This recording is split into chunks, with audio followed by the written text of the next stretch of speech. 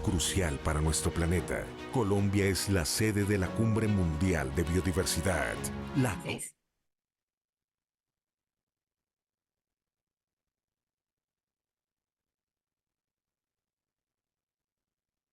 Creo que adelante, Jimena. Ok, perfecto. Buenos días para todas las personas que están conectadas al octavo foro Conexión Biodiversidad Camino a la COP16.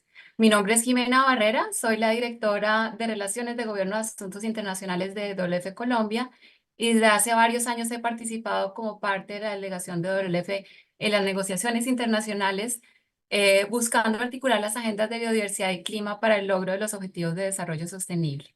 En especial, he tenido un diálogo muy cercano con los países de América Latina y hoy tengo el gusto de acompañarlos como moderadora de este foro, donde ampliaremos la discusión sobre los recursos económicos destinados para la protección de la biodiversidad. Es un tema fundamental que va a ser discutido en la COP16 del Convenio de Diversidad Biológica este año en Cali. Estamos casi a la mitad del periodo de la implementación del Marco Global de Biodiversidad y hay una enorme brecha financiera que debe cerrarse con urgencia. Es el tema que vamos a discutir,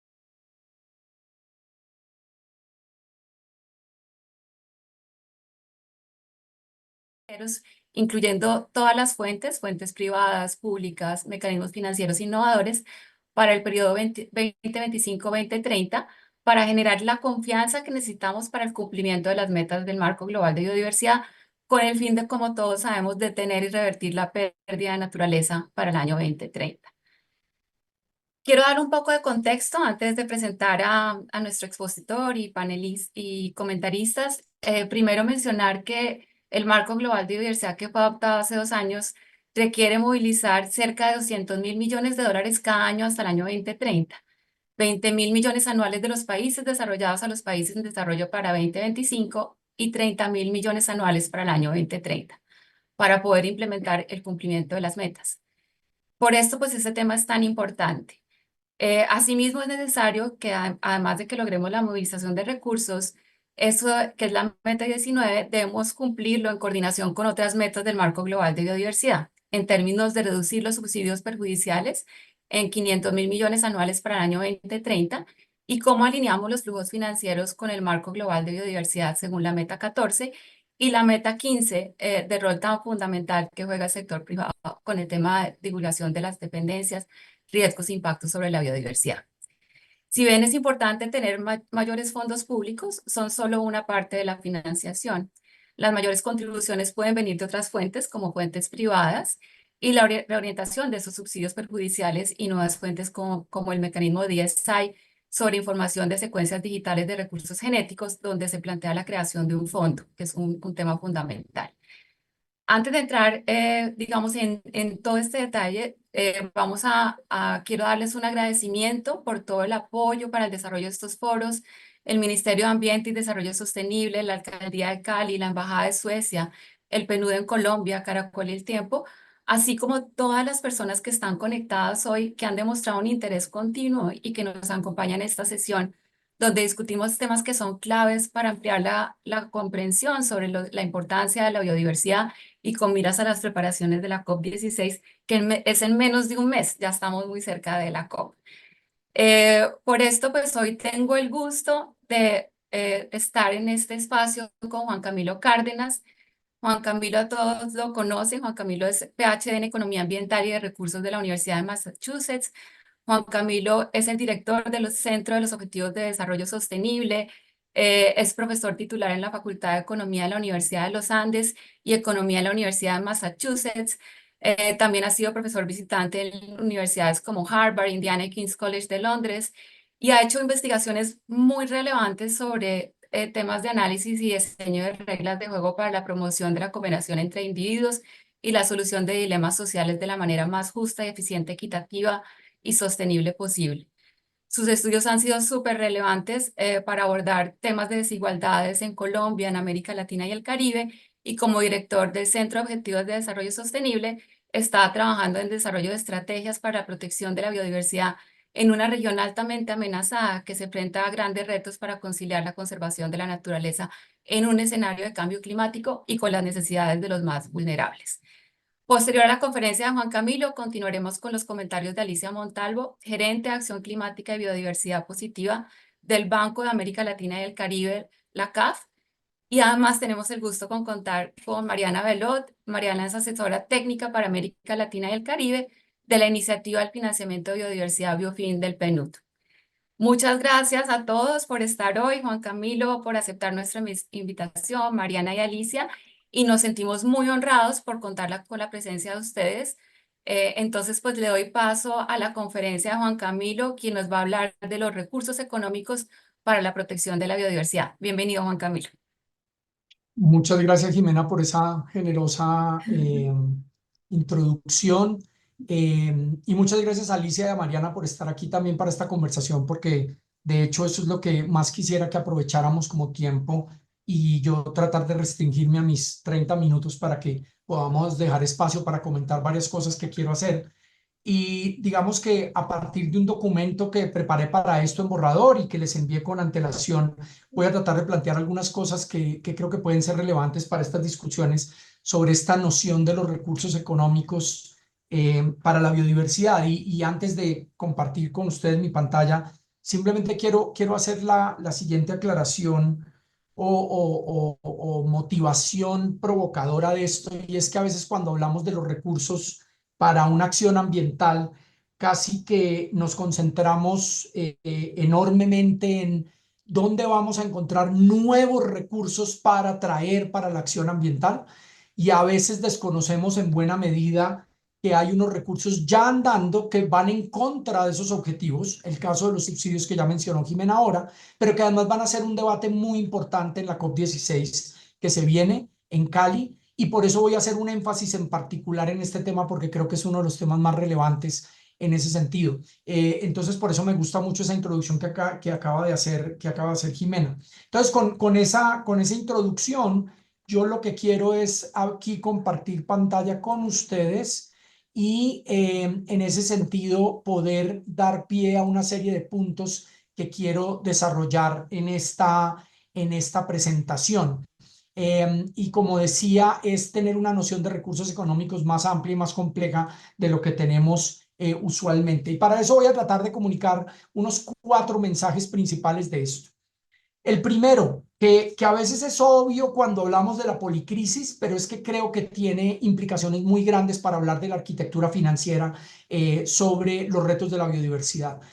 Como ustedes saben, cada vez creemos que es más importante que las COP de biodiversidad se junten con las COP de cambio climático, y el hecho de que estamos tan cercanos hasta geográficamente entre esta COP de Cali de biodiversidad y la COP en Belém do Pará el año entrante, COP 30 de cambio climático, de alguna manera debería ser esa oportunidad, ese cuartico de hora de atención a esta cercanía de 2 eventos absolutamente centrales, pero además de la región latinoamericana, algo que quiero enfatizar a lo largo de mi presentación.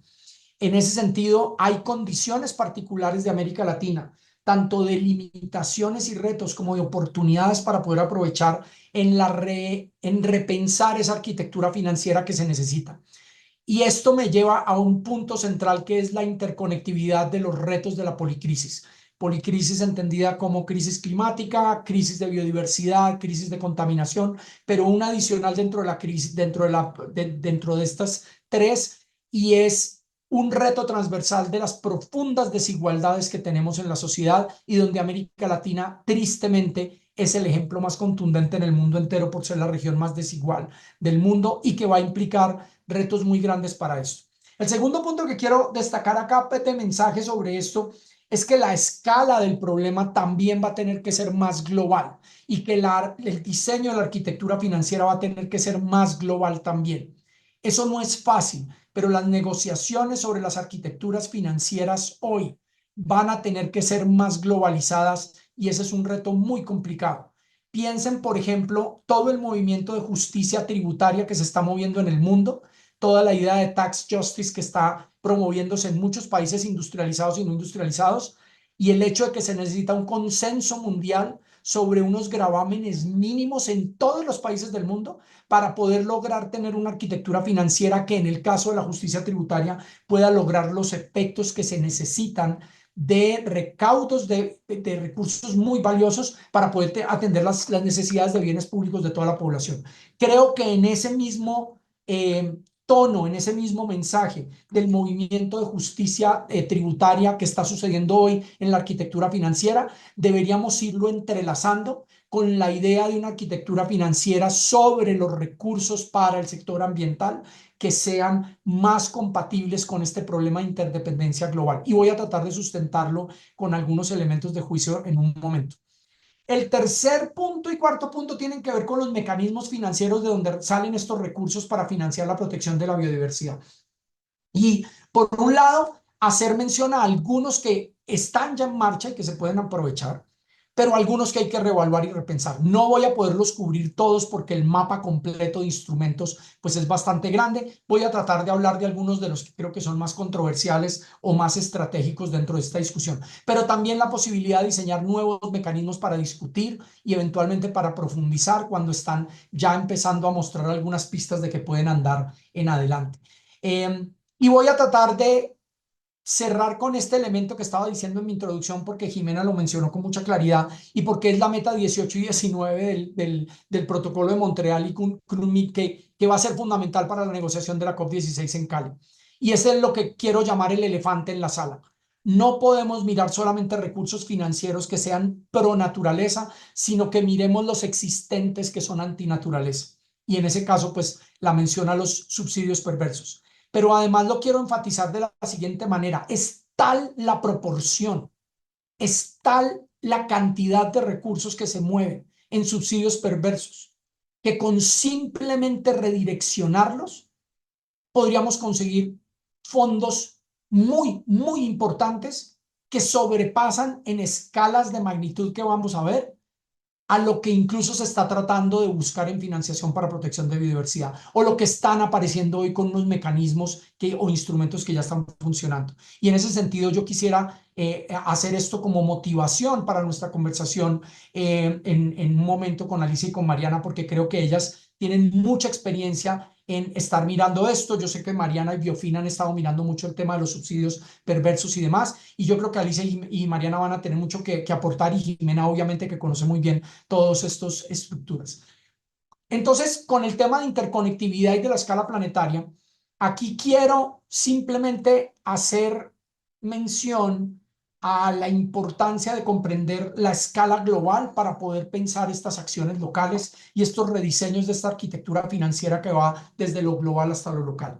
Y para eso, pues, obviamente tengo que hacer mención a la Comisión de la Tierra, no solo por estar en este momento como miembro comisionado de la Comisión de la Tierra, sino porque se acaba de publicar el último reporte, tal vez el más completo que se ha producido en este momento, en la idea de un planeta justo y seguro dentro de los límites planetarios. Y esto va a ser fundamental para poder presentar los argumentos de por qué la arquitectura financiera no puede desconocer estos dos elementos que estoy destacando acá: la interconectividad de los problemas y, por otro lado, la arquitectura global o la dimensión global de la arquitectura financiera para poder apoyar estos elementos. Y en ese sentido, pues un recorderis muy rápido, porque no puedo entrar en detalle por razones de tiempo, con el hecho de que la idea de los límites planetarios que ha venido promoviendo la Comisión de la Tierra es una idea que nos puede servir mucho de marco referencial para poder entrar en detalle de por qué cuando hablemos de recursos financieros para la biodiversidad vamos a tener que entender la arquitectura tanto ecológica como financiera, el ecosistema financiero y el ecosistema de la biosfera que está asociado a los problemas de biodiversidad. Como ustedes saben, dentro de esta idea de los límites planetarios, la Comisión de la Tierra ha venido identificando varias dimensiones. Aquí tenemos una de las múltiples expresiones que existen de estos elementos, y en particular el tema de biodiversidad que está asociado a los sistemas o ecosistemas naturales y a los sistemas que ya están transformados por el hombre, y ahí están asociados a estos límites planetarios esta idea de biodiversidad. Lo que quiero destacar acá es que todas las otras dimensiones de los límites planetarios tienen efectos directos sobre la biodiversidad. La ciencia es bastante clara, por ejemplo, frente a los efectos del depósito de fertilizantes en los suelos y en los cuerpos de agua, en particular la ida de nitrógeno y fósforo, cómo han venido afectando las posibilidades de estabilidad de la diversidad de paisajes, de especies, de genomas y demás, por razones de una contribución enorme que ha sobrepasado de lejos los límites planetarios en términos de los ciclos de fósforo y nitrógeno que están asociados, entre otras, al sector agropecuario, a lo que voy a tratar de llegar al final con este tema de los subsidios. Entonces, en ese sentido, hay un elemento más de interdependencia o interconectividad entre los problemas de los límites planetarios. El otro que estábamos mencionando hace un rato es el del clima, y es que claramente el cambio climático va a determinar el futuro de la estabilidad de ecosistemas en términos de su biodiversidad. Cambios de temperatura, movimiento de especies, movimiento también en términos de enfermedades zoonóticas y demás, están todas interconectadas entre biodiversidad y cambio climático y no podemos ignorar eso. Y el último, casi que obvio, el de el acceso a agua o la estabilidad de los ciclos de agua en términos de los cuerpos de agua subterráneos y los cuerpos de agua superficiales como elemento fundamental para la supervivencia de la diversidad de especies y de paisajes y de genomas que tenemos en el planeta.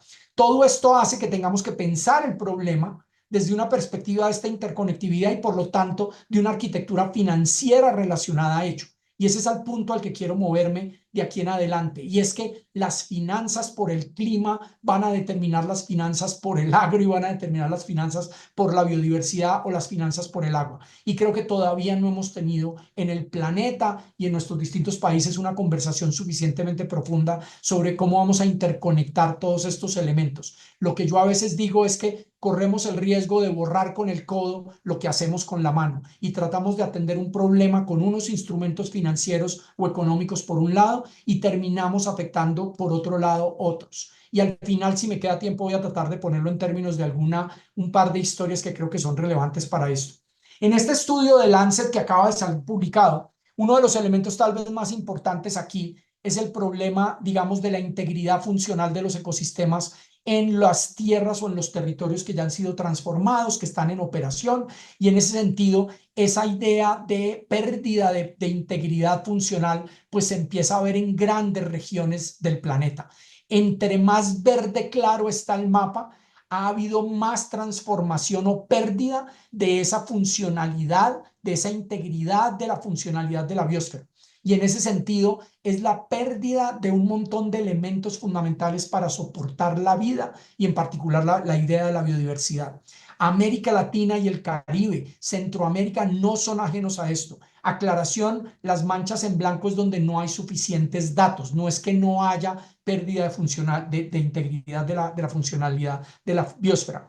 Pero lo que quiero decir es que todo nuestro continente, toda nuestra región, todas las Américas han sufrido ya una alteración enorme sobre esa integridad biológica que afecta directamente, esa integridad funcional que afecta directamente la posibilidad de sostener la vida sobre el planeta. Y este es uno de los ejemplos del tipo de evaluaciones que logró hacer este reporte de la Comisión de la Tierra y que acaba de salir publicado en The Lancet y que está abierto y gratuito para quien quiera descargarlo. Otro elemento también de esta discusión desde la perspectiva planetaria es el de los tipping points o los puntos de no retorno, que también va a ser fundamental aquí en nuestra discusión.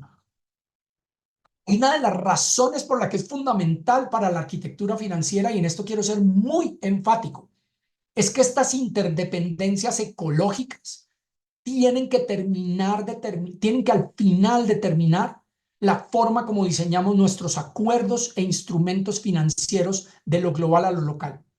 Entonces, si por ejemplo el flujo de nutrientes a través del Atlántico que vienen desde el norte de África y que son depositados por estos vientos en estas arenas en la Amazonía, determinan la productividad biológica de los suelos amazónicos para poder determinar la posibilidad del sostenimiento de cuerpos boscosos, de áreas boscosas en la Amazonía. Y a su vez esa Amazonía termina determinando el flujo de humedad a través de los ríos voladores a los países andinos y hacia los países del cono sur del continente suramericano. Pues vamos a tener que entender cómo fluyen los mecanismos de gobernanza mundial y los instrumentos financieros para poder generar mejores contratos, mejores acuerdos, mejores flujos de recursos financieros interpaíses y no solamente intrapaíses. Y eso no es fácil de negociar. Está de por medio esa idea de la soberanía nacional de los países. Esa idea de soberanía nacional quiere decir que ningún país se puede entrometer dentro de asuntos domésticos, pero el planeta ignora totalmente esa idea de la soberanía nacional. Lo ignora permanentemente. Acabo de mencionar solo el ejemplo de la Amazonía, pero todos estos que ustedes ven en la imagen son ejemplos que entre países van a tener que definirse cómo se generan las acciones y consecuencias y por lo tanto el diseño de instrumentos financieros que tengan que fluir de países a otros para poder resolver este problema de los puntos de no retorno. Con un argumento financiero muy sencillo y muy contundente. Sobrepasar los puntos de no retorno, entrar en la dimensión desconocida de los tipping points, puede tener tantos riesgos para todo el sistema económico y financiero del planeta que estamos apenas rascando la superficie de lo que pueden llegar a ser esos grandes riesgos. El sector financiero y en particular el sector de aseguradoras, el sector de los seguros mundial, está sentado en el tablero desde hace mucho tiempo pensando cómo van a enfrentar estas posibilidades porque puede recomponer plenamente la estructura financiera del sector de aseguramiento en el mundo, de las aseguradoras y las reaseguradoras. Entonces, esta idea de interdependencia de los problemas inmediatamente va a afectar a la estructura de la arquitectura financiera. Y otro punto importante sobre, de nuevo, esta idea de la Comisión de la Tierra es que la idea de los límites planetarios es que estemos dentro de unos límites seguros y justos. Y aquí quiero hacer referencia en particular al problema de América Latina y el Caribe, donde Colombia no es la excepción. Y es el hecho de que tenemos que pensar qué quiere decir estar dentro de unos límites justos, en donde haya la menor exposición posible al daño, donde se minimice el daño y sobre todo a los más vulnerables. Si, como ustedes ven en la gráfica, dejamos gente por fuera, dejamos gente rezagada por razones de alcanzar los límites seguros, en términos del modelo económico, en términos de las actividades económicas que generan bienestar, pero por hacer acciones climáticas o de conservación o de protección de biodiversidad, dejamos gente rezagada por fuera de estos límites justos, no estamos haciendo la tarea completa. Y ese es un mensaje permanente desde la Comisión de la Tierra. Y esto lo menciono porque América Latina es una de las regiones más desiguales del mundo. Entonces, yo que dirijo el Centro de los Objetivos de Desarrollo Sostenible para la región y que estamos haciendo un monitoreo cada año sobre los indicadores de los ODS, una de las cosas que recalco permanentemente es que una cosa es medir unos de esos ODS para el promedio de un país y otro es medirlo al interior de los países. No es lo mismo medir el progreso y bienestar de la gente en el norte de México, en Monterrey, o en el sur de México, en las zonas de Chiapas, donde hay una altísima pobreza. No es lo mismo hacer esto en las zonas de la sierra o en las zonas planas bajas de Perú o de Bolivia. No es lo mismo hacerlo en las zonas del centro del país, en Colombia, en las grandes ciudades, o en las zonas de la costa pacífica o la Amazonía. Esas desigualdades profundas tienen que ser consideradas cuando hablamos del diseño de estos mecanismos financieros para protección y estar dentro de esta idea de límites seguros y justos, en el sentido de que no podemos dejar gente rezagada al momento de diseñar e implementar estos instrumentos. Y voy a retomar esto más adelante cuando hablemos de instrumentos que son fundamentales, pero al mismo tiempo problemáticos hoy, que tienen que ver con la implementación de estrategias de acción para proteger ciertos grupos económicos o ciertos grupos demográficos o humanos, pero al mismo tiempo terminar sobrepasando la posibilidad de estar dentro de los límites planetarios. Voy a hablar de un par de elementos, dado que me quedan un poquito más de 10 minutos sobre esta idea, y es para poner sobre la mesa un par de ellos. El primero es un ejercicio que estuvimos haciendo con un grupo de colegas economistas de varias universidades sobre la idea de renegociación de deuda y cambio climático, porque creo que aquí va a haber unas oportunidades interesantes para mirar la idea de protección de biodiversidad. La idea de una agenda de cambio climático que esté ligada y entretejida con la idea de una agenda de protección de biodiversidad va a ser fundamental para nuestra región. Y lo traigo a colación por lo siguiente. Cuando uno mira los datos, ojo con esto, de ¿Cuánto es el costo efectividad de reducción de toneladas de carbono equivalente en el planeta?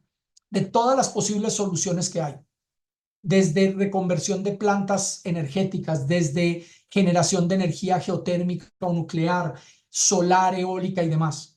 De lejos, pero de lejos, la solución más costo efectiva para el control de emisiones, mitigación, reducción y emisiones evitadas es el sector agropecuario, y es ahí donde están los mangos bajitos para América Latina y el Caribe.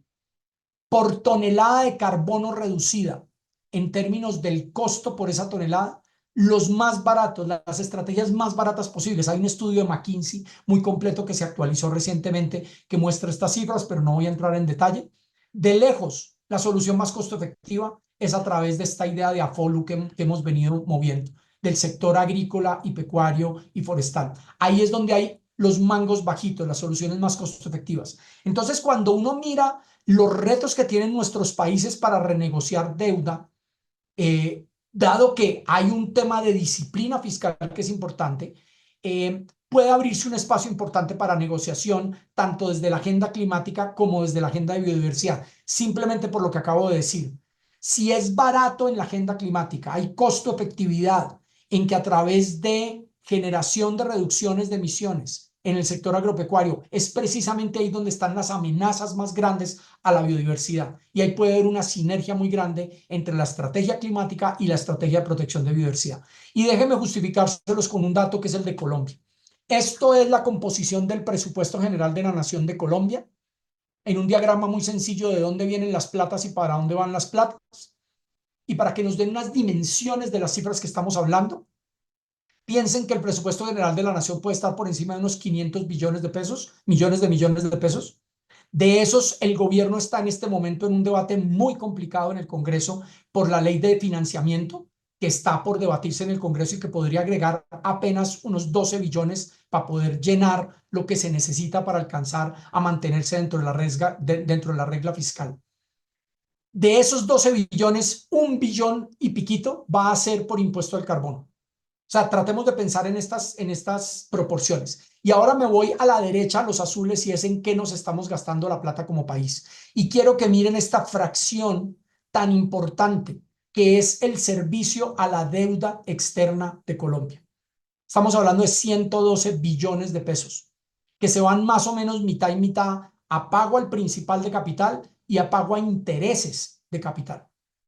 Esto es un montón de dinero que hoy Colombia destina a cumplir sus obligaciones y mantener una reputación en el esquema financiero mundial que le puede permitir acceder a créditos más blandos, a créditos de más largo plazo, a recursos de apoyo, pero además a atraer inversión financiera y demás. Cuidar esto es algo que Colombia ha hecho por muchos años y ha sido muy juicioso, pero no puede por ello desconocer que es un montón de dinero que hoy se destina a servicio de la deuda. Y la idea de lo que nosotros estamos tratando de argumentar con ese documento que les acabo de mencionar es que así como en el cambio climático puede ser una forma de romper este ciclo negativo, en el sentido de que si hay un espacio fiscal limitado para el gobierno para invertir en protección ambiental y se pospone la acción, por ejemplo, climática, se aumentan los riesgos, se aumentan los costos y los riesgos de las transacciones derivadas de ese cambio climático, se pierde productividad, se vuelven los mercados financieros más difíciles para el país, para el espacio de maniobra, y se termina generando entonces unas finanzas públicas menos sostenibles. Y por lo tanto se reduce la posibilidad de repago de esa deuda que les acabo de mostrar para el caso de Colombia. Esto que lo analizamos por varios otros países de la región y del mundo, de hecho, y de países emergentes, es un permanente riesgo de un círculo vicioso que puede hundir más por razones de la deuda y el cambio climático las posibilidades de maniobra de los países. Y por eso la idea de que se pueda negociar en este sentido para más adelante poder avanzar en esto. Y menciono el ejemplo de Ecuador, que recientemente logró negociar con el Credit Suisse más de $1 billón de alivio de deuda de Ecuador para poder destinar recursos para la protección de los Galápagos, como uno de los tesoros de biodiversidad más importantes que hay sobre ecosistemas marinos y sobre biodiversidad que hay en el planeta. Es algo así como $1.2 billones de alivio de deuda de Ecuador para poderlos destinar a conservación. Eso lo acaba de negociar hace muy poco Ecuador. Acuérdense que Ecuador fue de los primeros que hizo los primeros de swaps de naturaleza por deuda por allá en los años 80 y que ese primer intento pues generó un montón de problemas y aprendizajes probablemente que se pueden traer a colación. Entonces con esto termino esta parte de deuda por naturaleza que creo que es uno de los elementos más importantes. Y el otro con el que quiero cerrar para provocar algo de conversación es esta idea de los subsidios perversos y el elefante en la sala. Y quiero dar algunas cifras para que entendamos de qué estamos tratando y entender que parte de las metas del convenio sobre biodiversidad y la meta 18 en particular es la de poder identificar y eliminar esos incentivos y esos subsidios que son antiprotección de naturaleza, que se pueden hablar, en la meta se habla de por lo menos 500 billones de dólares, 500.000 millones de dólares en el año, para el año 2030. Esas son cifras que son de unas dimensiones totalmente desproporcionadas si pensamos en lo que hoy se destina para ello. Y les voy a dar un par de ejemplos en un segundo. Pero primero miremos esas cifras en qué se van. Estos son 3 datos simplemente de los muchos que hay por ahí disponibles. Pero, por ejemplo, la OCDE estima que cada año se destinan en 54 países 500 billones de dólares al año por el sector de la producción agrícola. WWF hizo un estimativo de que 35 billones de dólares por año son asignados por la Unión Europea para subsidios agrícolas que son directamente detrimentales para la biodiversidad. Hay un estimativo de Rashid Sumaila y colegas sobre los subsidios públicos para las pesquerías y la sobreexplotación de las pesquerías marinas, que obviamente están siendo sobreexplotadas y siendo amenazadas en términos de su biodiversidad, también de cerca de 35 billones de dólares al año. Entonces, déjenme, les pongo esto de los subsidios y en particular para la agricultura, un estimativo que hicieron mis colegas Lina Moros, Jimena Rueda y otros aquí en la Universidad de los Andes y que presentaron en este documento que fue patrocinado con el COTS, en el que estimaban los pagos que reciben los agricultores que podrían ser pro naturaleza versus los que podrían ser antinaturaleza. Y aquí es donde quiero resaltar las proporciones de esto. Entonces hemos hablado mucho sobre pagos por servicios ambientales o pagos por servicios ecosistémicos, cerca de 40 billones de dólares al año. Certificaciones voluntarias, $500 millones al año. Por Red Plus, 1.525 billones al año. En mercados de carbono, 0.16 billones al año. Y pongan eso en perspectiva, en que los subsidios agrícolas totales en el mundo pueden estar en más de 600 billones de dólares al año. Son unas proporciones absolutamente gigantescas, las proporciones de unos sobre otros. Y lo que quiero destacar aquí, simplemente para ir cerrando con la idea que quiero comunicar, es que ese volumen de dinero ya existe hoy, ya está fluyendo hoy de los sistemas y sobre todo estatales a productores agrícolas. Y la pregunta de fondo es, ¿por qué no reorientamos lo que ya está en el sistema, que es perverso para la naturaleza, y lo volvemos pro naturaleza? ¿Cómo hacer esa transición? Porque el dinero ya está destinado allí. Todos los otros dineros toca recaudarlos de algún lado, a través de impuestos, a través de donaciones, a través de otros esquemas. Pero es que hay unos dineros que ya están en el sistema que simplemente hay que redireccionar, y creo que esa es una discusión que no hemos dado lo suficiente y sobre todo dadas estas proporciones. Pero es alentador saber que en Cali esperemos que se haga esa discusión sobre esa meta 18 y sobre eso se logre un debate muy grande. ¿Hacia dónde van ese tipo de incentivos? En Colombia acabamos de pasar por un debate muy complicado, una paralización del país por la acción colectiva del transporte de carga, pero definitivamente el remover los subsidios a los combustibles fósiles, el remover subsidios que son detrimentales para la agricultura y demás. Hay un montón de espacios de remoción de subsidios que están identificados que podrían generar recursos que ya están ahí para la acción ambiental y en particular para la acción de protección de la naturaleza. Cierro con una especie de epílogo en el minuto que me queda, y es que yo, siendo economista y quien estamos en el análisis de la economía, tenemos que tener mucho cuidado con seguir solamente los precios como señales del mercado en un entorno en que precisamente las señales de los precios están absolutamente distorsionadas. Un ejemplo de ello es el problema de los subsidios. El precio hoy de un kilo de carne en el mercado, donde ustedes lo pongan, está muy lejos del costo marginal social de producir ese kilo de carne. Eso lo sabemos. Tal vez ese es el más exagerado, pero no es el único producto. De la misma manera como el costo hoy o el precio hoy en los mercados de carbono, que es donde hay mucha más información, tampoco necesariamente está capturando el costo social que tiene una tonelada de carbono equivalente para la sociedad.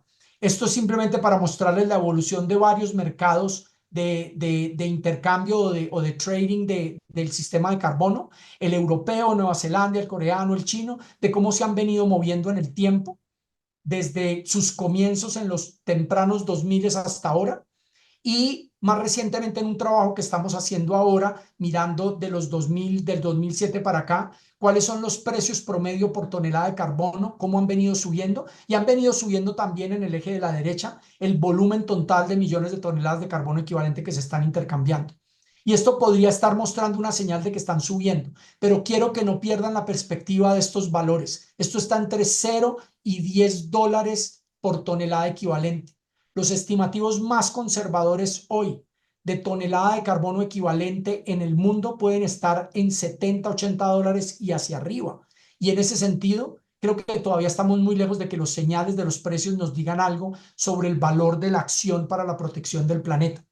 Y si quieren un ejemplo un poco anecdótico, pero divertido para cerrar, es el de una famosa apuesta que hicieron dos grandes expertos que fueron Julian Simon y Paul Ehrlich por allá al finales de los 70, donde venían peleando de si las señales de los precios reflejaban o no la escasez de los commodities que tenían que ver con el medio ambiente y con la escasez de los recursos naturales. Y ellos hicieron una apuesta que si los precios bajaban y supuestamente era reflejo de que no hay escasez de recursos naturales, y si los precios subían era reflejo de que se estaba aumentando la escasez de los recursos naturales. Hicieron esta apuesta Elric y Simon, y la ventana de tiempo de la apuesta fue de este punto acá, cuando estaban en un indicador, un proxy que construyeron ellos de una serie de commodities que venían de recursos naturales, y en el periodo de la apuesta, que era del año 80 al año 90, los precios bajaron y la apuesta la perdió Ehrlich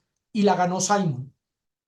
Y supuestamente el argumento era, pues si los precios bajan es porque no hay escasez de naturaleza, no hay escasez de recursos naturales.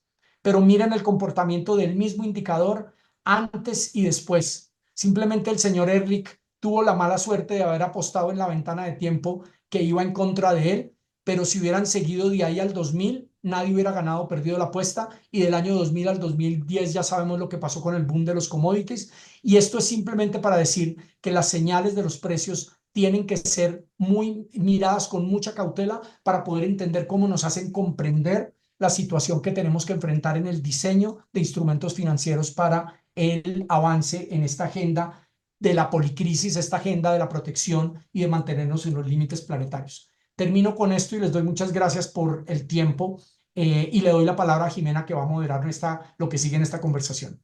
No, Juan Camilo, magnífica presentación. Creo que puso los temas claves que queremos poner en esta conversación.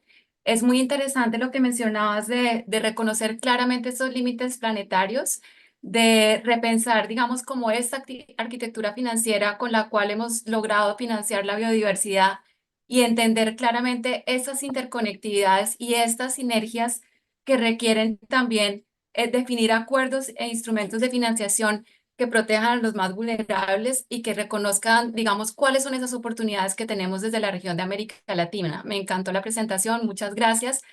Creo que también quisiera mencionar hoy a la presentación y pensaba mucho como del rol clave que tiene Colombia en la COP16 como presidencia de la COP con miras a la COP30.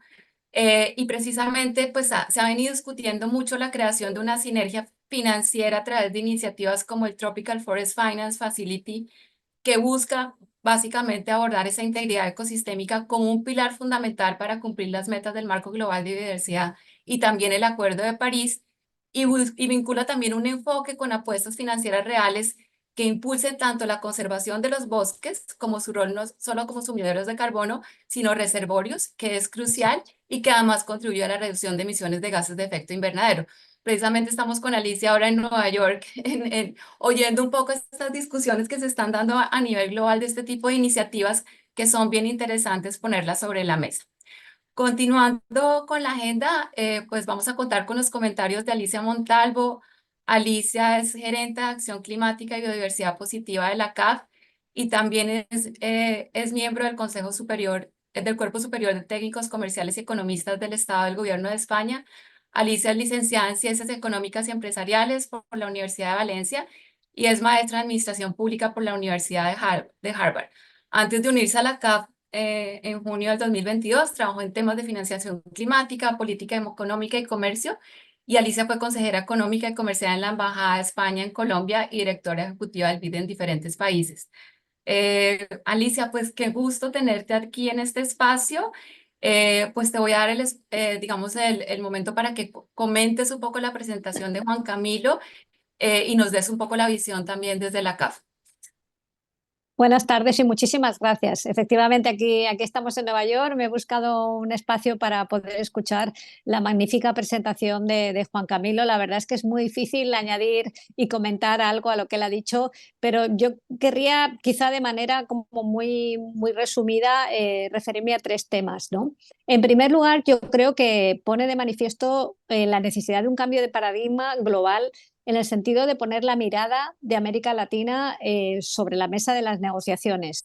Claro, estamos hablando de una convención que surge de la Cumbre de Río hace ya demasiados años y creo que la mirada que ha prevalecido hasta ahora es una mirada que viene mucho desde los países de la OCDE hacia un concepto de biodiversidad global como un bien global, ¿no? Que efectivamente así es, pero que no se ha puesto tanto de manifiesto la necesidad de atender todos los beneficios derivados de esta biodiversidad a nivel local, ¿no? Es decir, a diferencia del cambio climático, que ha sido un problema que sea, bueno, o de alguna forma algo parecido, pero bueno, el cambio climático es un problema que se ha generado a nivel global por los países más desarrollados y los impactos son mayores en los países en desarrollo. En el caso de la biodiversidad también es así, hay un problema de pérdida de biodiversidad global que se vio pues un poco en toda la extensión agrícola, ¿no? Pues en Europa, en los Estados Unidos, sobre todo en Europa, y que ahora pues efectivamente se busca que América Latina y el Caribe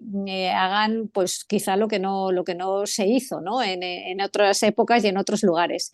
Entonces creo que esta mirada y esta voz se tiene que poner en valor, ¿no? Y para ello muchos de los temas que ha señalado el profesor Cárdenas efectivamente están ahí en la mesa de negociación, pero es necesario tener una voz mucho más unida. A mí me da la impresión de que muchas veces la región no se reconoce como esto que se ha venido a llamar la región de soluciones y esta dispersión de voces o de planteamientos lleva a una pérdida de fuerza importante.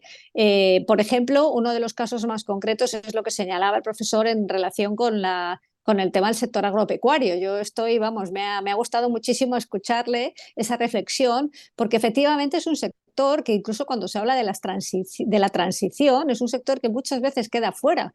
Nosotros nos gusta hablar más que de transición justa, de transiciones justas. Y así lo ha expresado usted con muchísima claridad.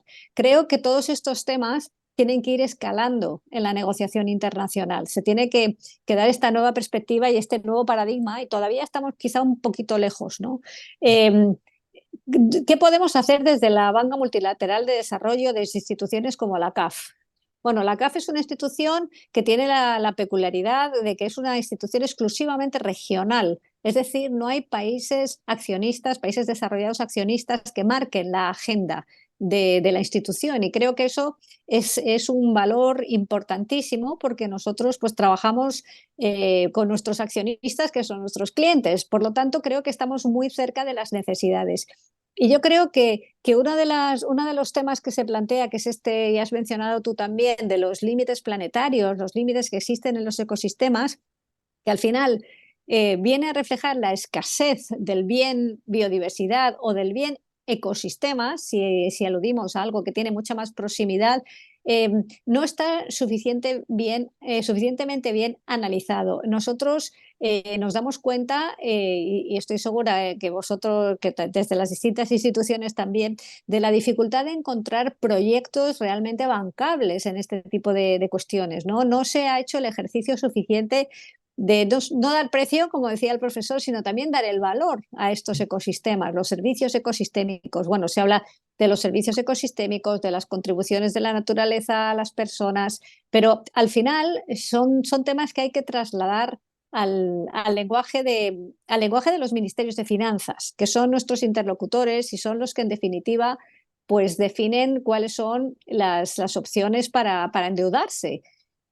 Lo cual nos lleva también al siguiente problema, que es la restricción fiscal que la mayor parte de los países de la región encuentran. Y yo creo que ahí es donde uno se va acercando al verdadero nudo gordiano que hay que deshacer, ¿no? Que es el problema de fiscal que existe en los países y cómo encontrar recursos que financien esa transición, llamémosle agroecológica, ecosistémica, y todo eso es lo que ahora se está viendo aquí, precisamente en Nueva York, la revisión de la arquitectura financiera internacional.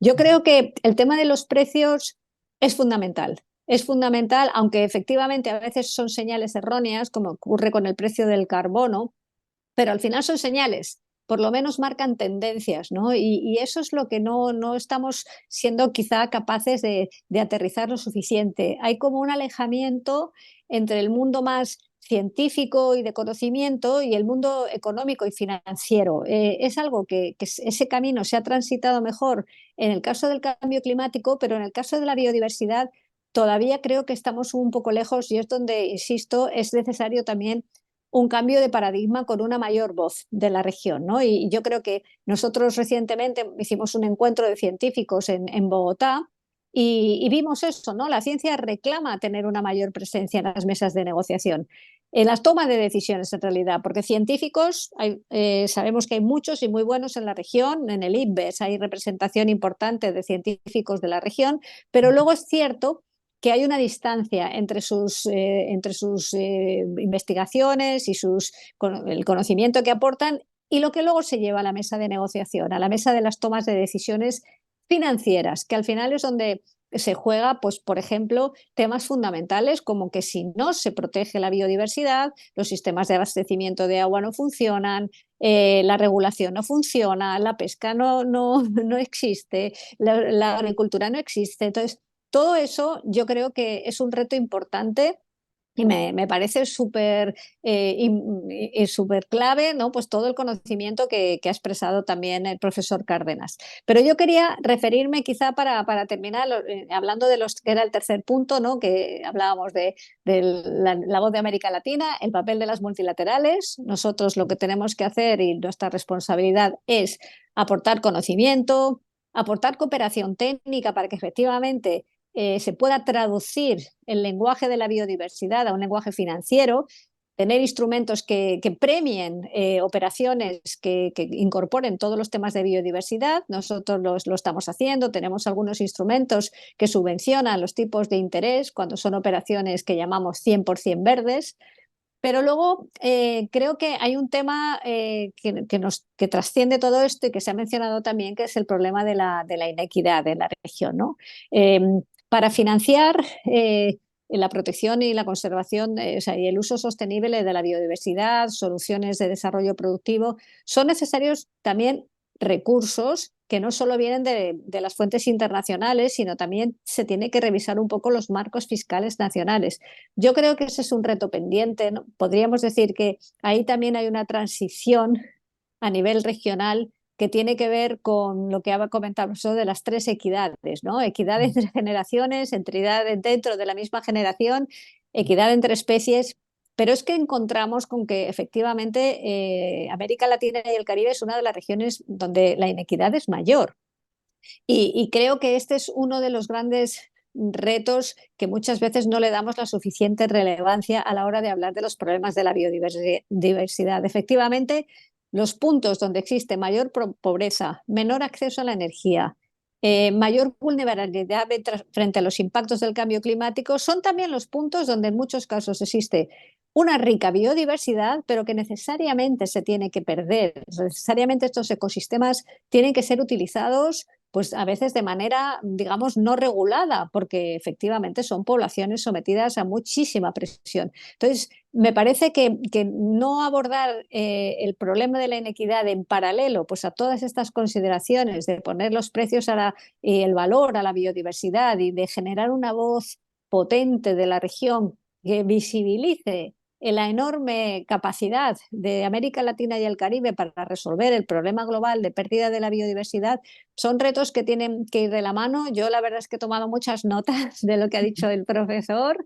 y bueno, creo que hay que trabajar en esa dirección, hay que hacer mucha pedagogía, hay que hacer mucho acto, digamos, también de concienciación interna y nosotros como institución, pues trabajar mucho la oferta de lo que estamos aportando a los países con nuestros productos, créditos, cooperación técnica, pero también trabajar para que haya una demanda que efectivamente esté alineada con todas estas prioridades, ¿no? A veces el cortoplacismo es una trampa, especialmente en los temas relacionados con lo ambiental, y creo que las instituciones jugamos un papel clave para asegurar que, bueno, que las políticas trascienden los periodos electorales y que se toman pues acciones que duren y que se puedan implantar, ¿no? Entonces, bueno, muchísimas gracias por esta oportunidad de comentar esta presentación magnífica y nada, pues desde CAF estaremos en la COP trabajando, tenemos un pabellón de América Latina y el Caribe, precisamente lo que queremos es generar ese espacio de una voz regional donde abordaremos pues muchos de los temas que se han planteado y estaremos esperándoles allí. Vamos a estar en la zona verde y en la zona azul, o sea, vamos a tener full presencia y deseando pues que este debate se alimente y enriquezca pues todas las negociaciones.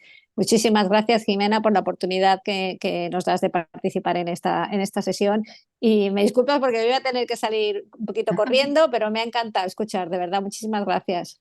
Gracias, Muchas Alicia, gracias. y nos vemos en Cali. Nos vemos allí. Encantada, de verdad, un placer, Juan Camilo. Gracias a Bueno, ti, pues. muchas gracias. No, muy interesante la intervención de Alicia y sobre todo la necesidad de elevar la voz y fortalecer una visión unida desde América Latina, que yo creo que Mariana nos puede comentar un poco más como esa visión desde América Latina y dónde están esas oportunidades. Y quería mencionar también que el rol tan clave que la CAP y las instituciones financieras internacionales y bancos multilaterales están jugando en establecer esos objetivos ambiciosos a corto, mediano y largo plazo que sean positivos con la naturaleza, ¿no? Que es fundamental esa sinergia entre clima y naturaleza. Asimismo, un tema que también señaló Juan Camilo, muy importante, que es el tema de los incentivos perversos y cómo, digamos, la banca multilateral juega un rol fundamental en cómo alinear esos flujos de financiamiento y redireccionar esos incentivos que son perjudiciales para el medio ambiente. Bueno, a continuación les presento a Mariana Veloz Rojas, quien es internacionalista de la Universidad Iberoamericana de la Ciudad de México y máster en Ambiente y Desarrollo de la Universidad de Sussex en el Reino Unido. Mariana cuenta con 20 años de experiencia en financiamiento para la conservación de la biodiversidad, áreas protegidas y soluciones basadas en la naturaleza y además procesos de negociación internacional. Cuenta con amplia trayectoria en temas de políticas globales de conservación y procesos de negociación y actualmente es asesora técnica senior de la Iniciativa de Finanzas para la Biodiversidad Biofin del PNUD, que Mariana nos va a contar un poco más sobre eso, y ha apoyado muchos temas de movilización, escalamiento del financiamiento a la biodiversidad. Entonces, bienvenida Mariana, qué bueno tenerte aquí y queremos oír los comentarios que tienes frente a la presentación de Juan Camilo. Muchas gracias, Jimena, y muchas gracias por la invitación. Es difícil comentar después de la presentación de Juan Camilo, que toca todos los temas de una manera muy, no solamente elocuente, pero gráfica. Me encantó la lámina y le tomé inclusive foto a la pantalla de la imagen de los subsidios, de la diferencia simplemente visualmente en tamaño, los incentivos positivos versus los incentivos que tienen un impacto negativo en biodiversidad y de eso también voy a hablar, pero quería empezar con una frase que hace muchos años escuché de alguien de cómo la naturaleza ha sido el mejor socio de la economía del planeta. Y ha sido el mejor socio porque ha dado todo su capital y espera muy poco en retorno de inversión. Y eso, ese modus operandi y status quo es lo que hay que cambiar, ¿no? Ese es el gran paradigma del que hablaba Alicia, dicho desde una manera muy sencilla, pero hemos tenido pocos embajadores realmente que busquen representar los intereses de la naturaleza. Somos un grupo muy pequeño, en realidad, comparado con la gente que se dedica a la producción económica sin ninguna visión de sostenibilidad. Pero creo que eso está cambiando. Jimena hablaba de mi carrera siguiendo las negociaciones internacionales. Yo empecé siendo parte de la delegación mexicana ante el CBD, ante el Convenio de Biodiversidad, hace muchos años. Mi primera COP creo que fue la COP 6. Y sí he visto, muy lentamente, pero he visto un cambio importante cuando hablamos de financiamiento. Hace más de 10 años se hablaba de financiamiento cuando se negociaron las metas de Aichi, que tenemos la meta 20, que hablaba de aumentar significativamente los recursos para la biodiversidad.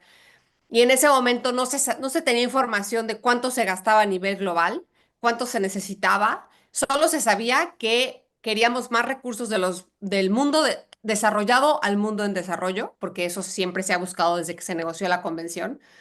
Pero realmente el discurso y la práctica ha evolucionado de una manera muy interesante y desde mi punto de vista positivo, porque ya no hablamos solamente de la necesidad de aumentar la cooperación internacional, eso sin duda sigue siendo fundamental, Juan Camilo, tú lo mencionaste, pero también ya está sobre la mesa que todos los países tienen que movilizar recursos domésticos, porque si no la brecha no se va a cerrar.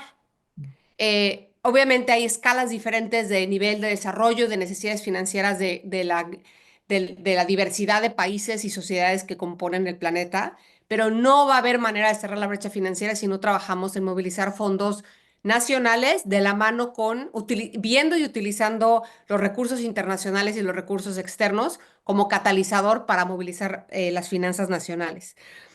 Yo represento el día de hoy a Biofin, que es la iniciativa de finanzas de biodiversidad, como ya mencionó Jimena, que nace a partir de esa famosa Meta 20 de Aichi, justamente para apoyar a los países en entender cómo se ve esa brecha financiera, ¿no? Calculamos cuánto se gasta en un país, calculamos cuánto se requiere en un país para lograr los compromisos de biodiversidad y desarrollamos un plan financiero que está en etapa de implementación. Colombia fue de los primeros países en sumarse a Biofin y tiene los datos de cuánto se gasta en biodiversidad.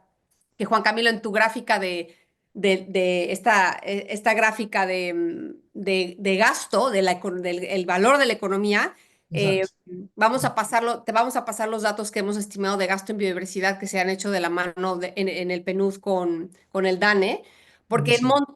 no pude traer la cifra exacta, pero el porcentaje que representa el gasto en biodiversidad en relación al PIB es chiquitito y no es Sí, Colombia, es en todos los países, ¿no? Ningún exacto. país llega al 1% de su PIB en gasto a favor ni siquiera de biodiversidad, en gasto en protección ambiental.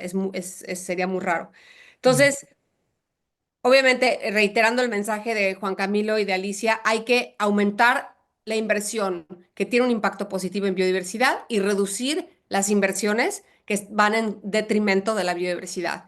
¿Por qué? Porque ese impacto negativo está teniendo ya efectos económicos. No solamente es por la pérdida de biodiversidad, que es fundamental para la vida en el planeta, sino que ya está teniendo un impacto económico que el propio sector financiero ya volteó a ver, ¿no? Y claro. no lo volteó a ver por valor a la biodiversidad, lo volteó a ver por el impacto y el riesgo que esto genera a las economías de los países y por lo tanto a a sus negocios, que es el aseguramiento o que es el crédito, ¿no? En el caso de la banca. Em, ¿En qué hay que invertir, ¿no? En conservar lo que queda, restaurar lo que está oportuno de restaurar. El mayor reto es producir sosteniblemente, porque lo que está detrás, Juan Camilo y Jimena, de la agenda de transformación de subsidios es la agenda productiva, ¿no? Mm, Esta agenda no se va a transformar desde el CBD. Esta agenda se va a transformar de la claro. mano con la OMS y con los Exacto. sectores económicos y productivos de los países. Esa agenda está fuera de las manos del CBD y de los Mm, ministerios de ambiente, mm, pero sí ya puede ser, tienen ahora un rol catalizador para movilizar a esos sectores que antes no había. Entonces, creo que ahí está el gran valor de cómo se ha transformado la agenda y el discurso a nivel global. Em, el Acuerdo de París no es viable sin el marco Kunming-Montreal. Creo que ya no hay discusión al respecto. En la parte real se siguen manejando como convenciones un poco aisladas en sus operaciones. Y creo que coincido con Alicia que el que estas dos COP sean en Latinoamérica, podemos dar ese empuje y presionar a los propios países y a las convenciones a encontrar maneras de que los países integren las agendas, ¿no? En América Latina no podemos hablar de pérdida de biodiversidad y de regeneración y restauración si no pensamos también en la agenda climática y viceversa. Pero no hay tantos mecanismos que faciliten esta integración de agendas y eso es lo que creo que sería muy bueno que en COP16 pudieran empezar a delinearse estos mecanismos para facilitar el trabajo a los gobiernos, porque las personas que dan seguimiento a clima están en el mismo ministerio que las personas que dan seguimiento a CBD. Son equipos diferentes en muchos casos. ¿Cómo facilitamos los reportes a ambas convenciones? ¿Cómo facilitamos que las inversiones, las negociaciones con un banco de desarrollo tengan tanto clima como objetivos de biodiversidad en un mismo proyecto y no estar pensando en los KPIs diferentes, ¿no? Que hablamos de los KPIs, los indicadores clave para que se usan muchas veces en estas transacciones y negociaciones de préstamos, ¿no? Y de líneas de crédito y de desarrollo. Em, el trabajo con el sector financiero, sí quiero decir que hace muy poquitos años el sector financiero no volteaba a ver al CBD, ¿no? Cuando fue la crisis de COVID, creo que fue un detonante importante para que el sector financiero empezara a ver el riesgo que se corría a partir de la pérdida de biodiversidad. Em, y se logró en la COP pasada en Montreal por primera vez tener un día de finanzas que con participantes y representantes del sector financiero que no se habían visto antes en CBD. En clima ya llevamos varios años y COPs viéndolo, en CBD no lo habíamos visto. En esta COP va a volver a repetirse un Día de las Finanzas Globales, que va a ser el 28 de octubre, y por primera vez vamos a tener un Día de las Finanzas para la región que hospeda la COP, que va a ser el Día de las Finanzas para América Latina y el Caribe, que va a ser el día 26 de octubre, donde nosotros somos coorganizadores junto con UNEP-FI y muchos otros socios, porque queremos poner sobre la mesa cuál es la agenda de financiamiento de biodiversidad en América Latina, que es diferente que otras regiones por muchas razones, por la composición de la sociedad, por la biodiversidad, por el tipo de desarrollo que tenemos y de modelos económicos tan diversos que tenemos en esta región. Hablaba también Juan Camilo de la gran brecha financiera y la importancia de incidir en la arquitectura financiera global. Pero también tenemos que voltear a ver cuáles son esas necesidades de financiamiento, para qué queremos más recursos. Por ejemplo, las NBSAPs, ¿no? Las Estrategias Nacionales de Biodiversidad, que son ahora en la COP16, los países llegan con sus metas nacionales de biodiversidad a partir del marco global. Están actualizando sus estrategias nacionales. Colombia entiendo que va a presentar su Estrategia Nacional de Biodiversidad en la COP16. Si uno lee esas estrategias, y hablo de mi experiencia con las pasadas, en este caso espero que sea diferente, y esas estrategias se le dan a alguien del sector financiero, no necesariamente va a saber qué hacer con ellas. ¿Dónde están los puntos de entrada dentro de los NBSAPs para que el sector financiero y económico puedan ser parte y un actor relevante, ¿no? Afortunadamente tenemos la meta 18, 19, la 15, que son puntos de entrada importantísimos para el sector financiero, pero estas estrategias le tienen también que hablar a esos sectores que tradicionalmente son estrategias muy técnicas y son difíciles de traducir al mundo financiero. Entonces, em, si tenemos estrategias que le hablen a una diversidad de actores, podemos también plantear en desarrollar este gran portafolio de proyectos y de iniciativas de la cual también Alicia hablaba, para que sea mucho más fácil que la banca pública y privada sepan y tengan un portafolio donde invertir, ¿no? ¿Qué se requiere? Se siguen requiriendo aumento de subsidios positivos para la biodiversidad, ¿no? Estas grandes, esas líneas verdecitas que pues, estaban en esa gráfica, que están muy chiquititas, hay que Sí, hacerlas mucho más grandes, ¿no? exacto. Ampliarlas significativamente, esa es una tarea muy pendiente. La meta 18 no es solamente incentivos negativos, es también aumentar las inversiones positivas.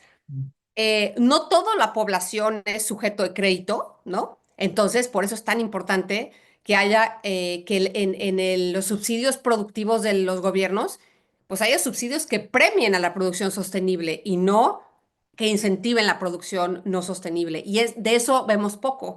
Biofin hemos hecho este análisis de subsidios en varios países y realmente hay pocas líneas de subsidios y de créditos que busquen premiar a quien quiere producir sosteniblemente. Y esa dinámica es la que urge cambiar para poder modificar la estructura financiera y productiva de los países. Y también diseñar esquemas financieros donde las comunidades indígenas, las comunidades campesinas puedan acceder tanto a subsidios que fomenten continuar produciendo sosteniblemente, pero también líneas de crédito blandos con créditos concesionales, con una parte de grants o de donativos, pues para poder volverlos sujetos de crédito, ¿no? Ya mi último comercial aquí sería un gran ejemplo que tenemos con Biofin que hemos desarrollado en Costa Rica, donde con una banca de desarrollo, el Sistema de Banca para el Desarrollo, se diseñó un programa que se llama Raíces, que es un programa de emprendimientos turísticos indígenas, donde estamos aliados con una banca de desarrollo donde se abrieron líneas de crédito, pero también de donación, para apoyar estos emprendimientos turísticos para la gente que visita las áreas protegidas y los sitios de importancia para la biodiversidad. Entonces, las escalas son muy diferentes. No estamos hablando del productor de piña versus un emprendimiento indígena, pero necesitamos diversificar también los mecanismos financieros que están pues, para atacar por todos lados y por todas las fuentes, ¿no? Aquí me quedaría en este momento, Jimena. No, muchas gracias, Mariana. Súper interesante. Yo creo que mencionas un tema que es fundamental, que es como elevar, digamos, el rol fundamental que juega la naturaleza frente al cambio climático, que es cómo logramos aumentar esas inversiones que tienen un impacto positivo en la naturaleza, cómo lograr buscar un financiamiento que realmente sea transformador y que nos ayude a esas transiciones que tenemos y cómo también cómo construir esa arquitectura que también lo han mencionado también todos ustedes en términos de los mecanismos financieros y los temas de financiamiento. Yo pienso que el logro del marco global de biodiversidad depende de lo que nosotros llamamos de las finanzas verdes, de la movilización de recursos, pero también cómo enverdecer el sistema financiero, ¿no? De manera que podamos lograr Ah, las metas del marco global de biodiversidad. claro. Yo quería como entrar a la primera pregunta que tú mencionabas también es, ¿cuál es esa oportunidad y qué esperamos para la COP16? Los países pues están haciendo la tarea del proceso de actualización de su Plan Nacional de Biodiversidad. Como mencionabas, Colombia está ya consultando en el proceso de consulta de las metas del Plan de Acción de Biodiversidad y quería ver como desde la perspectiva de ustedes, cuáles son los puntos neurálgicos que se van a abordar en la negociación de la COP16 y cuáles creen ustedes que van a ser esas perspectivas. ¿Cómo ven ustedes que son los temas fundamentales de la negociación de los temas de financiamiento y hacia dónde vamos a ir como en estos escenarios? No sé quién quiere empezar. Yo quiero empezar con esa pregunta, pero porque además Mariana y Alicia hicieron un par de anotaciones que creo que son claves y tienen que ver un poquito con este problema de acción colectiva. Y lo voy a plantear de esta manera. Es impresionante en tantos espacios mundiales de negociación cómo es más fácil que los países africanos lleguen en bloque a negociar que los países latinoamericanos. De verdad, algo tenemos que reflexionar nosotros como bloque regional para poder llegar a proponer coaliciones que puedan sumar el potencial tan grande, porque yo creo que tanto Alicia como Mariana lo mencionaron de una otra manera, ese potencial tan grande de combinar agenda climática con agenda de biodiversidad de América Latina es impresionante. Es lo que yo llamaba esos mangos bajitos de las soluciones basadas en naturaleza, tanto para adaptación y mitigación climática, para protección de biodiversidad, para el sector agropecuario en producción de comida y demás, de una forma que podría América Latina ser un jugador muy importante, pero creo que uno de los obstáculos que pregunta Jimena para mí es ¿por qué es tan difícil lograr que se llegue en bloque? Y yo sí le diría a los dirigentes de la región, que se junten un poquito con los dirigentes africanos y que vayan y traten de entender por qué el continente africano es tan efectivo en llegar a negociar en muchos sentidos, con economías mucho más débiles, mucho más aporreadas, mucho más emproblemadas de tantas dimensiones. Pero simplemente pongo ese punto allí porque me ha llamado mucho la atención que tenemos que generar una capacidad de acción colectiva y de coalición de América Latina. No sé cómo lo ve Mariana, pero esto es una percepción que he tenido desde hace mucho tiempo sobre ese tema de América Latina. Mariana. Sí, creo que em, uno de los grandes temas en donde no se ha logrado nunca una integración de una posición común regional ha sido en subsidios. Ujú, Desde hace muchos años, la postura en relación a subsidios ha sido muy, muy diferente, em, y no se ha podido llegar a un acuerdo, en parte por, sí, en el contexto de las negociaciones internacionales, pues las posiciones regionales y nacionales muchas veces tienen que ver también con las posiciones de las otras regiones, ¿no? Entonces, a veces las diferencias que hay entre los intereses de unos países se recrudecen a la luz de las posturas de otras regiones que también tienen posiciones muy rudas, ¿no? O sea, muy, ujú, muy duras y a veces son irreconciliables. Entonces, creo que lo que se logró hace 2 años fue muy, muy difícil llegar a lo que se llegó. Esperemos que el marco común, el marco de biodiversidad sea, como decían, no the racing to the bottom, ¿no? sí, Se acuerdan de esa frase? Race to claro. the bottom, pero sí que sea un punto de partida a una ambición mayor a nivel país, ¿no? Em, yo no necesariamente creo tanto, o sea, los bloques de países, Juan Camilo, sirven para empujar una negociación, pero a nivel nacional ya es otra cosa, ¿no? Exacto, es otra cosa. Son estrategias de negociación, pero creo que la agenda para la COP16 y el liderazgo que Colombia ha tenido, además en muy poco tiempo, ¿eh? Porque recordemos que la COP iba a ser en Turquía, cambia a mitad de momento a Colombia. Entonces Colombia, realmente el liderazgo que han tenido y la movilización en la que han logrado previo a la COP marcar agenda, ¿no? Paz con la naturaleza. Hay muchas cosas detrás de esta muy corta frase que creo que sí van a plantear temas en la agenda que normalmente no están, ¿no? Paz con la naturaleza en temas productivos, paz con la naturaleza en términos socioeconómicos y políticos también, ¿no? Ujú. Em, para mí, Jimena, uno de los temas que va a volver a ser importante y controversial, pues es financiamiento, ¿no? Como es todas las COPs. Pensábamos que en la COP pasada íbamos a poder, a pesar de que se acordaron las metas relacionadas con financiamiento, se iba a lograr tener un acuerdo en la estrategia de movilización de recursos del convenio para lograr la implementación del marco global. No fue así, se pospuso el acuerdo para esta COP, que esperemos que no se vuelva a posponer, donde sabemos que uno de los grandes temas que están en la mesa es la creación de un nuevo fondo adicional al fondo que fue creado dentro del GEF, ¿no? Sabemos que en estos 2 años se creó el nuevo fondo para financiar el marco global de biodiversidad. Entonces sigue estando sobre la mesa la idea de tener un nuevo fondo, ¿no? Fuera del GEF.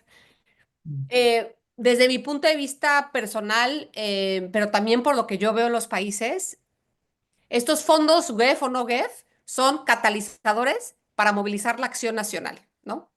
Pero organizar y detonar la acción nacional, esa es donde está el gran reto. Entonces, ojalá en esta COP podamos ver más ejemplos de cómo y catalizadores de detonantes de la acción local nacional, para que a nivel nacional se movilicen los recursos que se requieren, ¿no? Ya sea a través de los recursos que se den vía GEF o vía GEF Fondo para el Marco Global, a través de otro fondo, pero sobre todo a través de la movilización de recursos domésticos de todas las fuentes de financiamiento, que creo que esa frase de todas las fuentes de financiamiento sigue siendo vigente porque cada fuente tiene requerimientos diferentes, y cada actor a nivel nacional tiene también necesidades diferentes, ¿no?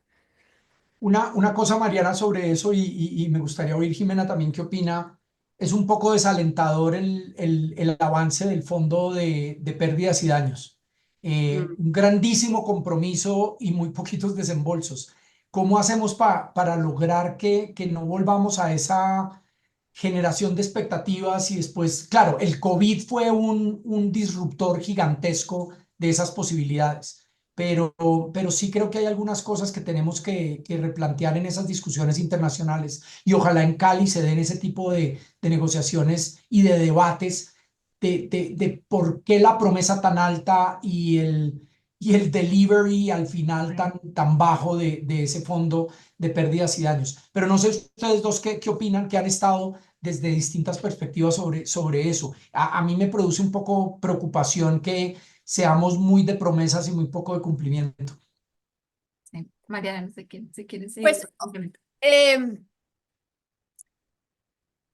yo creo que estos procesos siempre van en paralelo, ¿no? Mm. Está el proceso de negociación internacional, lo que emana de esos acuerdos en cuanto a compromisos de los países donantes, y tiene que correr en paralelo los esfuerzos que se hacen a nivel país, ¿no? Sobre si se han cumplido o no los compromisos de donantes, tengo poco que decir, pero creo que hay mucho que hacer a nivel nacional que se tiene que ver en paralelo y Sí, encontrar estos puntos de conexión donde no necesitas uno para detonar el otro, pero el valor de tener uno sí ayuda a ir de más acuerdo. rápido en el otro track, digamos, ¿no? Entonces, eh, esta visión de no me muevo acá si no tengo esto, creo que eso es o sea, no nos lleva a ninguna agenda para avanzar, ¿no?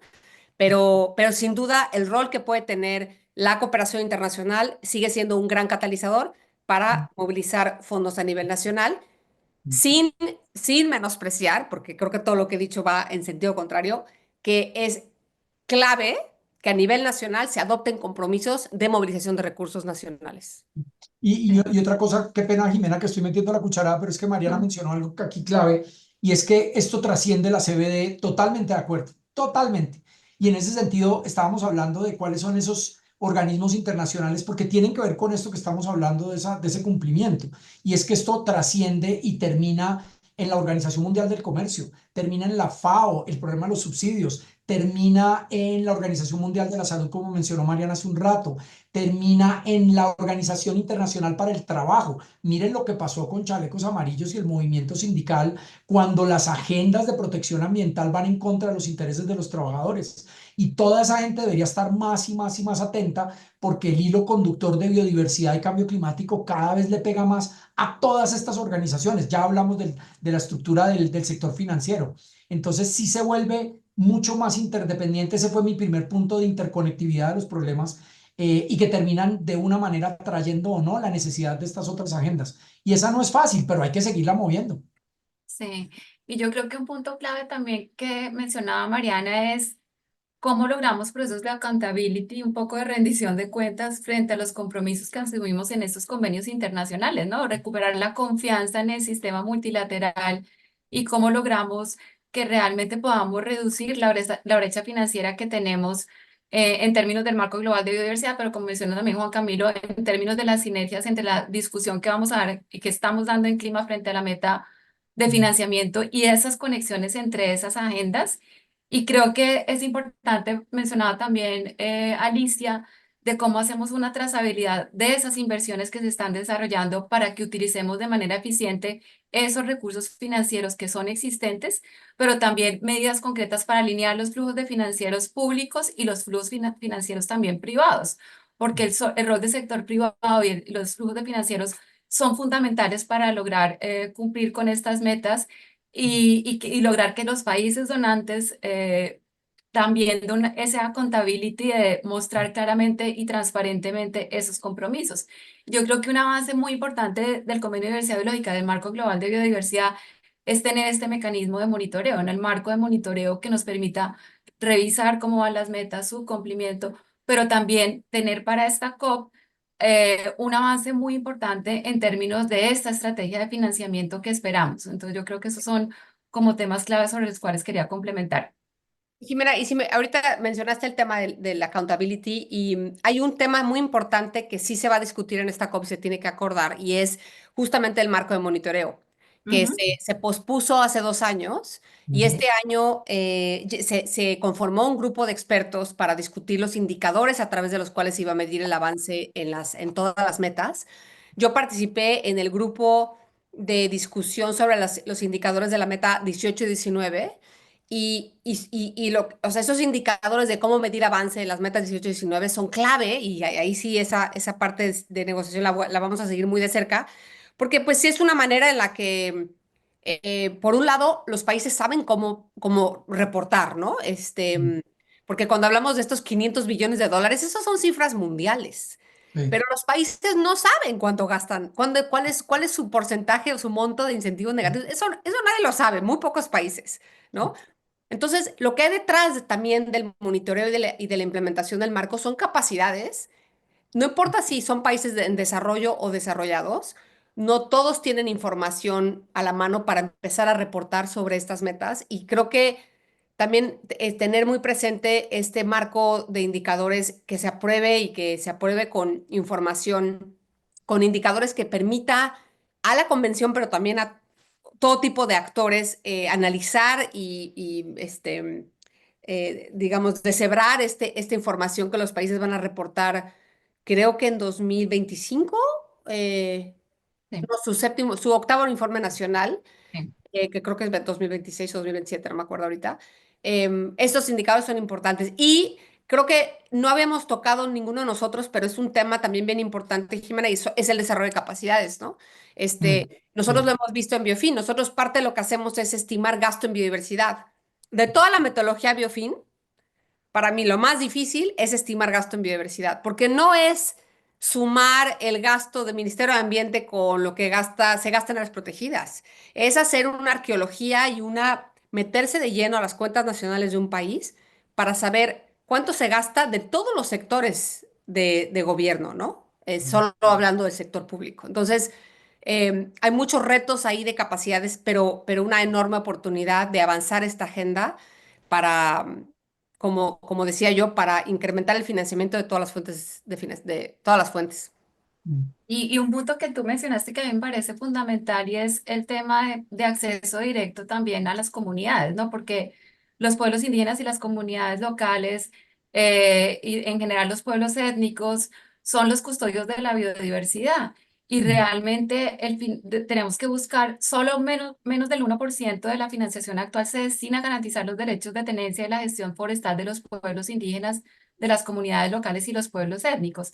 Entonces, en esa estrategia de financiamiento que esperamos que sea aprobada, es muy importante garantizar el financiamiento directo y los medios de implementación para que estén a disposición de los pueblos étnicos y lograr mejorar las vías de acceso, considerando que la importancia que juegan esos actores y también toda la discusión del 8J, que es un tema que también se va a discutir en la COP16.